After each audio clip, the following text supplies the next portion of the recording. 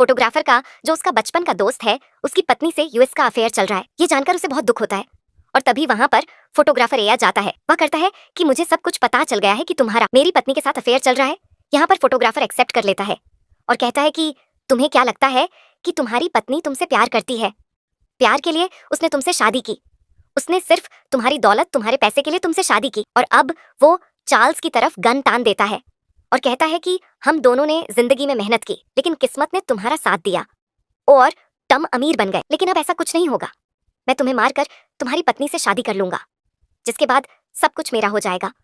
और वो चार्ल्स को बाहर चलने के लिए कहता है ताकि उसे मार सके।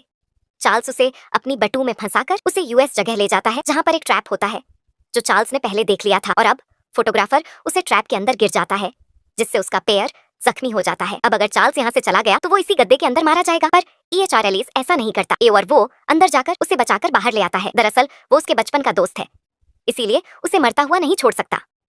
और वो फोटोग्राफर को कॉटेज के अंदर ले जाता है जहां पर वो उसके जख्मों को कपड़े से साफ करता है और इसके बाद बोट में बिठाकर अपने साथ आगे की सफर पर निकाल पड़ता है।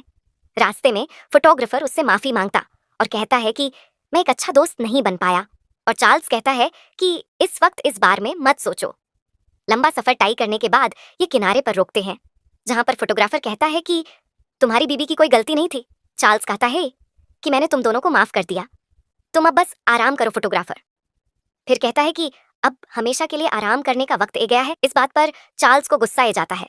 वह कहते हैं कि अगर तुमने मान की बात की तो मैं खुद अपने हाथों से तुम्हें मार दूंगा। चार्ल्स उसे बचाना चाहता है, वह नहीं चाहता कि उसकी मृत्यु हो। और तभी चार्ल्स को हेलीकॉप्टर की आवाज एएटी आई है। वो अपनी शर्ट हिलाकर उन्हें इशारा करता है लेकिन वह उसकी इशारे को नहीं देख पाते, जिसके बाद चार्ल्स यहाँ पर जलती हुई एजी के ऊपर गीली पत्तियां डालता है जिससे बहुत सारा धुआं बने लगता है।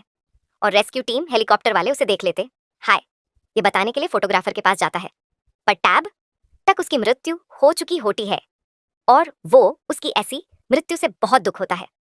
वो उसकी बॉडी को हेलीकॉप्टर से वापस ले आता है जहां पर उसकी पत्नी और मीडिया वाले सब इनका इंतजार कर रहे होते हैं। चार्ल्स अपनी पत्नी के पास जाता है और उसके हाथ में वही घड़ी रख देता है जो उसने यूज यूएस के बर्थडे पर उसे